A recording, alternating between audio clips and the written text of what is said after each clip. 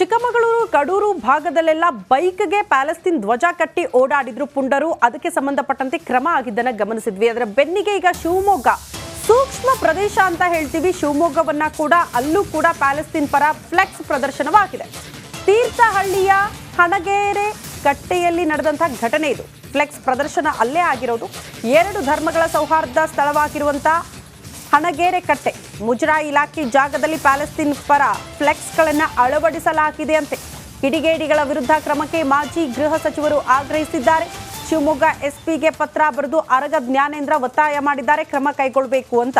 ಮುಂಜಾಗ್ರತಾ ಕ್ರಮವಾಗಿ ಸ್ಥಳದಲ್ಲಿ ಪೊಲೀಸರ ಭದ್ರತೆಯಾಗಿದೆ. ಪ್ಯಾಲೆಸ್ತೀನ್ ಫ್ಲೆಕ್ಸ್ ತೆರವುಗೊಳಿಸೋದಕ್ಕೆ ಪೊಲೀಸರು ಮುಂದಾಗಿದ್ದಾರೆ ಎನ್ನುವುದರ ಡೀಟೇಲ್ಸ್ ಸದ್ಯ ಸಿಗ್ತಾ ಇದೆ. ನಿನ್ನೆ ಅತಿ ದೊಡ್ಡ ಗಣೇಶ ಉತ್ಸವ ಕೂಡ ಶಿವಮೊಗ್ಗದಲ್ಲಿ ಆಗಿದ್ದನ್ನು ಗಮನಿಸಿದ್ವಿ. ಅದರ ಬೆನ್ನಿಗೆ ಪ್ಯಾಲೆಸ್ತೀನ್ ಪರ ಫ್ಲೆಕ್ಸ್ಗಳು ದೃಶ್ಯ ಗಮನಿಸ್ತಾ ಇದ್ದೀವಿ.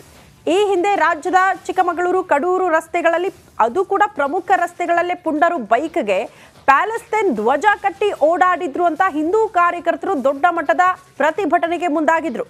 ಯಾವಾಗ ಪ್ರತಿಭಟನೆ ತೀವ್ರ ಸ್ವರೂಪ ಪಡೆದುಕೊಳ್ತೋ ಆಗ ಪೊಲೀಸರು ಕ್ರಮ ಕೈಗೊಂಡಿದ್ರು. ಅದರ ಬೆನ್ನಿಗೆ ಶಿವಮೊಗ್ಗದ ಘಟನೆ ನೋಡ್ತಾ ಇದ್ದೀವಿ.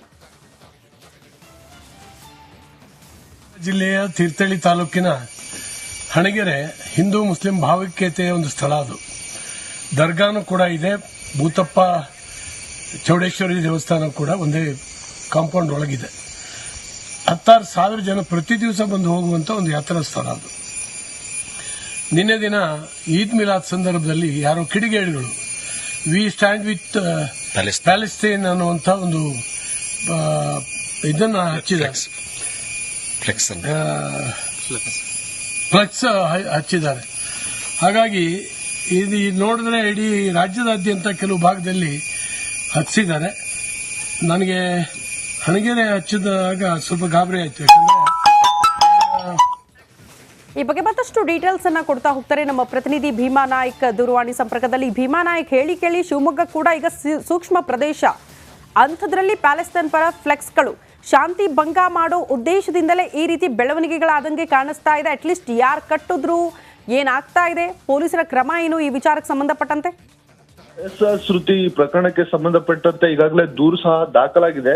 ಕಳೆದ 2 ದಿನಗಳ ಹಿಂದೆ ನಡೆದಿರುವಂತಹ ಘಟನೆ ಏನು ಶಿವಮೊಗ್ಗ ಜಿಲ್ಲೆಯ ತೀರ್ಥಹಳ್ಳಿ ತಾಲೂಕಿನ ಹಣಗೆರೆ ಕಟ್ಟೆ ಏನಿದೆ, ಇಲ್ಲಿ ಧಾರ್ಮಿಕ ಸ್ಥಳ ಮತ್ತೆ 2 ಧರ್ಮದ ಒಂದು ದರ್ಗಾ ಸಹ ಮತ್ತೆ ಭೂತಪ್ಪ 2 ದೇವರು ಇರೋದ್ರಿಂದ ಇಲ್ಲಿ ಸೌಹಾರ್ದತೆಯ ಕ್ಷೇತ್ರವಾಗಿ ಸಾಕಷ್ಟು ವರ್ಷಗಳಿಂದ ನಡೆದುಕೊಂಡು ಬಂದಿದೆ. ಪ್ರತಿದಿನವೂ ಸಹ 2 ಸಮುದಾಯದ 100 ಜನರು ಅಲ್ಲಿಗೆ ಹೋಗಿ ಭಕ್ತಿಯನ್ನ ಸಮರ್ಪಿಸುತ್ತಾರೆ. ಆದ್ರೆ ಏನು ಕಳೆದ ಈದ್ ಮಿಲಾದ್, ಕಳೆದ 2 ದಿನಗಳ ಹಿಂದೆ ಈದ್ ಮಿಲಾದ್ ಆಚರಣೆ ಏನಾಯ್ತು, ಈ ವೇಳೆಯಲ್ಲಿ ವಿ ಸ್ಟ್ಯಾಂಡ್ ವಿತ್ ಪ್ಯಾಲೆಸ್ಟೈನ್ ಎನ್ನುವಂತಹ ಫ್ಲೆಕ್ಸ್ ಅನ್ನ ಅಳವಡಿಸಿರುವಂತದ್ದು ಪ್ರಕರಣ ಬೆಳಕಿಗೆ ಬಂದ ಬೆನ್ನಲ್ಲೇ ಪೊಲೀಸರು ಆ ಫ್ಲೆಕ್ಸ್ ಅನ್ನ ತೆರವುಗೊಳಿಸುವಂತ ಕೆಲಸವನ್ನ ಮಾಡಿದ್ದಾರೆ.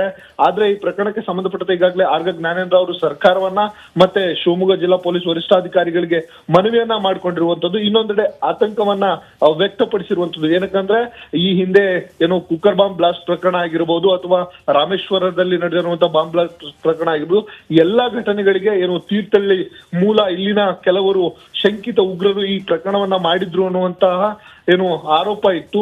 ಆ ನಿಟ್ಟಿನಲ್ಲಿ ಸಾಕಷ್ಟು ಆತಂಕವನ್ನ ವ್ಯಕ್ತಪಡಿಸಿರುವಂತದ್ದು. ಓಕೆ ಭೀಮಾ ನಾಯಕ್, ಧನ್ಯವಾದಗಳು ತಮ್ಮೆಲ್ಲ ಮಾಹಿತಿಗೆ. ಸಚಿವ ಚಲುವರಾಯ ಸ್ವಾಮಿಯವರ ರಾಜೀನಾಮೆಗೆ ಆಗ್ರಹ ಹೆಚ್ಚಾಗ್ತಾ ಇದೆ. ನಾಗಮಂಗಲದ ಮಾಜಿ ಶಾಸಕ ಸುರೇಶ್ ಗೌಡ್ರು ಕೂಡ ಆಗ್ರಹಿಸಿದ್ದಾರೆ. ಗಣೇಶ ವಿಸರ್ಜನೆಯ ವೇಳೆ ಕೋಮು ಗಲಭೆಯಾಗಿದೆ. ಚಲುವರಾಯ ಸ್ವಾಮಿ ಸಚಿವರಾಗೋದಕ್ಕೆ ಅನ್ಫಿಟ್, ಅಮಾಯಕರನ್ನ ಬಂಧಿಸುತ್ತಿದ್ದೇವೆ ಅಂತ ಒಪ್ಕೊಂಡಿದ್ದಾರೆ ಸಚಿವರು. ಒಪ್ಕೊಂಡ್ರೆ ಸರ್ಕಾರವೇ ಒಪ್ಪಿಕೊಂಡಂತೆ.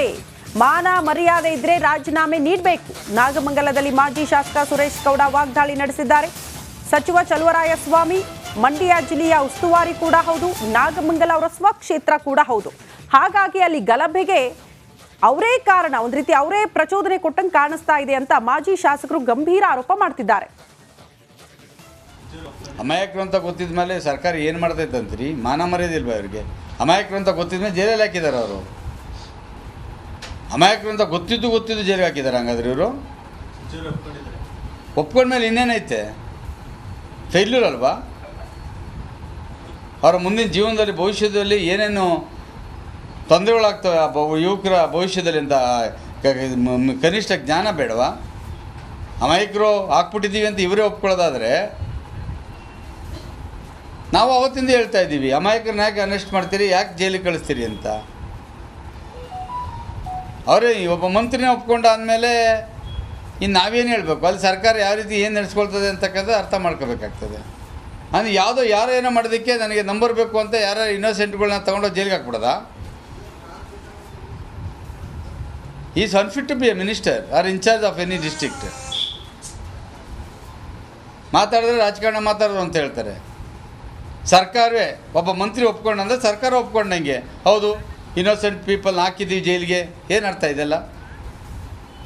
ಅಮಾಯಕರು.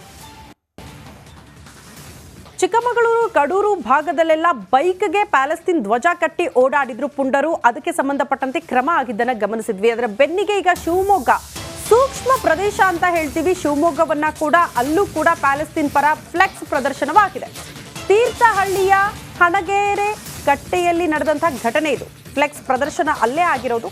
ಎರಡು ಧರ್ಮಗಳ ಸೌಹಾರ್ದ ಸ್ಥಳವಾಗಿರುವಂತಹ ಹಣಗೆರೆ ಕಟ್ಟೆ ಮುಜರಾಯಿ ಇಲಾಖೆ ಜಾಗದಲ್ಲಿ ಪ್ಯಾಲೆಸ್ತೀನ್ ಪರ ಫ್ಲೆಕ್ಸ್ಗಳನ್ನು ಅಳವಡಿಸಲಾಗಿದೆ ಅಂತೆ. ಕಿಡಿಗೇಡಿಗಳ ವಿರುದ್ಧ ಕ್ರಮಕ್ಕೆ ಮಾಜಿ ಗೃಹ ಸಚಿವರು ಆಗ್ರಹಿಸಿದ್ದಾರೆ. ಶಿವಮೊಗ್ಗ ಎಸ್ಪಿಗೆ ಪತ್ರ ಬರೆದು ಅರಗ ಜ್ಞಾನೇಂದ್ರ ಒತ್ತಾಯ ಮಾಡಿದ್ದಾರೆ, ಕ್ರಮ ಕೈಗೊಳ್ಳಬೇಕು ಅಂತ. ಮುಂಜಾಗ್ರತಾ ಕ್ರಮವಾಗಿ ಸ್ಥಳದಲ್ಲಿ ಪೊಲೀಸರ ಭದ್ರತೆಯಾಗಿದೆ. ಪ್ಯಾಲೆಸ್ತೀನ್ ಫ್ಲೆಕ್ಸ್ ತೆರವುಗೊಳಿಸೋದಕ್ಕೆ ಪೊಲೀಸರು ಮುಂದಾಗಿದ್ದಾರೆ ಎನ್ನುವುದರ ಡೀಟೇಲ್ಸ್ ಸದ್ಯ ಸಿಗ್ತಾ ಇದೆ. ನಿನ್ನೆ ಅತಿ ದೊಡ್ಡ ಗಣೇಶ ಉತ್ಸವ ಕೂಡ ಶಿವಮೊಗ್ಗದಲ್ಲಿ ಆಗಿದ್ದನ್ನ ಗಮನಿಸಿದ್ವಿ. ಅದರ ಬೆನ್ನಿಗೆ ಪ್ಯಾಲೆಸ್ತೀನ್ ಪರ ಫ್ಲೆಕ್ಸ್ಗಳು ದೃಶ್ಯ ಗಮನಿಸ್ತಾ ಇದ್ದೀವಿ. ಈ ಹಿಂದೆ ರಾಜ್ಯದ ಚಿಕ್ಕಮಗಳೂರು ಕಡೂರು ರಸ್ತೆಗಳಲ್ಲಿ, ಅದು ಕೂಡ ಪ್ರಮುಖ ರಸ್ತೆಗಳಲ್ಲೇ ಪುಂಡರು ಬೈಕ್ಗೆ ಪ್ಯಾಲೆಸ್ತೀನ್ ಧ್ವಜ ಕಟ್ಟಿ ಓಡಾಡಿದ್ರು ಅಂತ ಹಿಂದೂ ಕಾರ್ಯಕರ್ತರು ದೊಡ್ಡ ಮಟ್ಟದ ಪ್ರತಿಭಟನೆಗೆ ಮುಂದಾಗಿದ್ರು.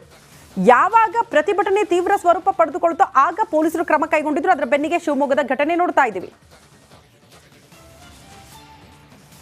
ಜಿಲ್ಲೆಯ ತೀರ್ಥಹಳ್ಳಿ ತಾಲೂಕಿನ ಹಣಗೆರೆ ಹಿಂದೂ ಮುಸ್ಲಿಂ ಭಾವೈಕ್ಯತೆಯ ಒಂದು ಸ್ಥಳ. ಅದು ದರ್ಗಾನು ಕೂಡ ಇದೆ, ಭೂತಪ್ಪ ಚೌಡೇಶ್ವರಿ ದೇವಸ್ಥಾನ ಕೂಡ ಒಂದೇ ಕಾಂಪೌಂಡ್ ಒಳಗಿದೆ.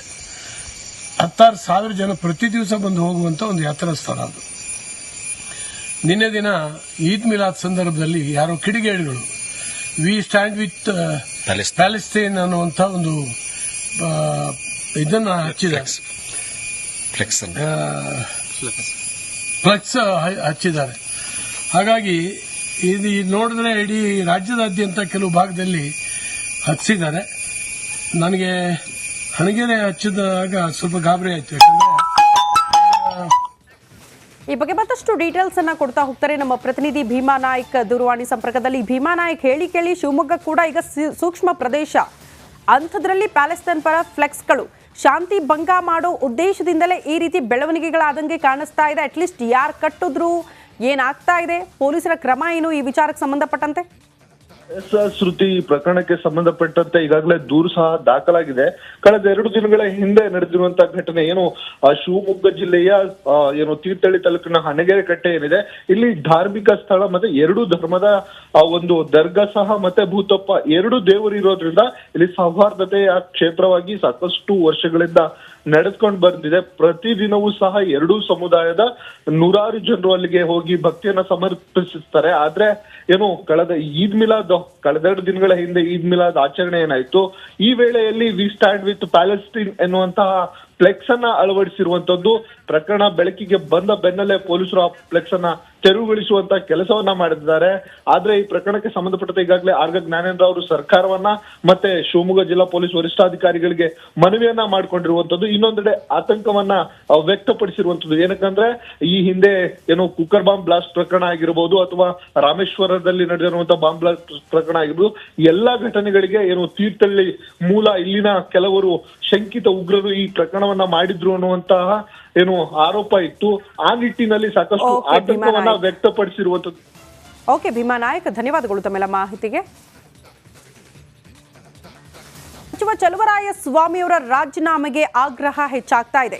ನಾಗಮಂಗಲದ ಮಾಜಿ ಶಾಸಕ ಸುರೇಶ್ ಗೌಡ್ರು ಕೂಡ ಆಗ್ರಹಿಸಿದ್ದಾರೆ. ಗಣೇಶ ವಿಸರ್ಜನೆಯ ವೇಳೆ ಕೋಮು ಗಲಭೆಯಾಗಿದೆ. ಚಲುವರಾಯ ಸ್ವಾಮಿ ಸಚಿವರಾಗೋದಕ್ಕೆ ಅನ್ಫಿಟ್, ಅಮಾಯಕರನ್ನ ಬಂಧಿಸುತ್ತಿದ್ದೇವೆ ಅಂತ ಒಪ್ಕೊಂಡಿದ್ದಾರೆ ಸಚಿವರು ಒಪ್ಕೊಂಡ್ರೆ ಸರ್ಕಾರವೇ ಒಪ್ಪಿಕೊಂಡಂತೆ. ಮಾನ ಮರ್ಯಾದೆ ಇದ್ರೆ ರಾಜೀನಾಮೆ ನೀಡಬೇಕು. ನಾಗಮಂಗಲದಲ್ಲಿ ಮಾಜಿ ಶಾಸಕ ಸುರೇಶ್ ಗೌಡ ವಾಗ್ದಾಳಿ ನಡೆಸಿದ್ದಾರೆ. ಸಚಿವ ಚಲುವರಾಯ ಸ್ವಾಮಿ ಮಂಡ್ಯ ಜಿಲ್ಲೆಯ ಉಸ್ತುವಾರಿ ಕೂಡ ಹೌದು, ನಾಗಮಂಗಲ ಅವರ ಸ್ವಕ್ಷೇತ್ರ ಕೂಡ ಹೌದು. ಹಾಗಾಗಿ ಅಲ್ಲಿ ಗಲಭೆಗೆ ಅವರೇ ಕಾರಣ, ಒಂದು ರೀತಿ ಅವರೇ ಪ್ರಚೋದನೆ ಕೊಟ್ಟಂಗೆ ಕಾಣಿಸ್ತಾ ಇದೆ ಅಂತ ಮಾಜಿ ಶಾಸಕರು ಗಂಭೀರ ಆರೋಪ ಮಾಡ್ತಿದ್ದಾರೆ. ಅಮಾಯಕರು ಅಂತ ಗೊತ್ತಿದ ಮೇಲೆ ಸರ್ಕಾರ ಏನು ಮಾಡ್ತೈತಂತ್ರಿ? ಮಾನ ಮರ್ಯಾದಿಲ್ವಾ ಅವ್ರಿಗೆ? ಅಮಾಯಕರು ಅಂತ ಗೊತ್ತಿದ ಮೇಲೆ ಜೈಲಲ್ಲಿ ಹಾಕಿದ್ದಾರೆ ಅವರು. ಅಮಾಯಕರು ಅಂತ ಗೊತ್ತಿದ್ದು ಜೈಲಿಗೆ ಹಾಕಿದ್ದಾರೆ. ಹಂಗಾದ್ರೆ ಇವರು ಒಪ್ಕೊಂಡ್ಮೇಲೆ ಇನ್ನೇನೈತೆ? ಫೇಲ್ಯೂರ್ ಅಲ್ವಾ? ಅವರ ಮುಂದಿನ ಜೀವನದಲ್ಲಿ ಭವಿಷ್ಯದಲ್ಲಿ ಏನೇನು ತೊಂದರೆಗಳಾಗ್ತವೆ ಯುವಕರ ಭವಿಷ್ಯದಲ್ಲಿ ಅಂತ ಕನಿಷ್ಠ ಜ್ಞಾನ ಬೇಡವಾ? ಅಮಾಯಕರು ಹಾಕ್ಬಿಟ್ಟಿದ್ದೀವಿ ಅಂತ ಇವರೇ ಒಪ್ಕೊಳ್ಳೋದಾದರೆ, ನಾವು ಅವತ್ತಿಂದ ಹೇಳ್ತಾ ಇದ್ದೀವಿ ಅಮಾಯಕರನ್ನ ಯಾಕೆ ಅರೆಸ್ಟ್ ಮಾಡ್ತೀರಿ, ಯಾಕೆ ಜೈಲಿಗೆ ಕಳಿಸ್ತೀರಿ ಅಂತ. ಅವರೇ ಒಬ್ಬ ಮಂತ್ರಿನ ಒಪ್ಕೊಂಡಾದ್ಮೇಲೆ ಇನ್ನು ನಾವೇನು ಹೇಳಬೇಕು? ಅಲ್ಲಿ ಸರ್ಕಾರ ಯಾವ ರೀತಿ ಏನು ನಡೆಸ್ಕೊಳ್ತದೆ ಅಂತಕ್ಕಂಥ ಅರ್ಥ ಮಾಡ್ಕೋಬೇಕಾಗ್ತದೆ. ಅಂದರೆ ಯಾರೋ ಏನೋ ಮಾಡೋದಕ್ಕೆ ನನಗೆ ನಂಬರ್ ಬೇಕು ಅಂತ ಯಾರು ಇನ್ನೋಸೆಂಟ್ಗಳನ್ನ ತೊಗೊಂಡೋಗಿ ಜೈಲಿಗೆ ಹಾಕ್ಬಿಡೋದಾ? Is unfit to be a minister or in charge of any district. ಮಾತಾಡಿದ್ರೆ ರಾಜಕಾರಣ ಮಾತಾಡೋದು ಅಂತ ಹೇಳ್ತಾರೆ. ಸರ್ಕಾರವೇ ಒಬ್ಬ ಮಂತ್ರಿ ಒಪ್ಕೊಂಡಂದ್ರೆ ಸರ್ಕಾರ ಒಪ್ಕೊಂಡಂಗೆ, ಹೌದು ಇನ್ನೋಸೆಂಟ್ ಪೀಪಲ್ನ ಹಾಕಿದ್ದೀವಿ ಜೈಲಿಗೆ. ಏನು ಅರ್ಥ ಇದೆಲ್ಲ? ಅಮಾಯಕರು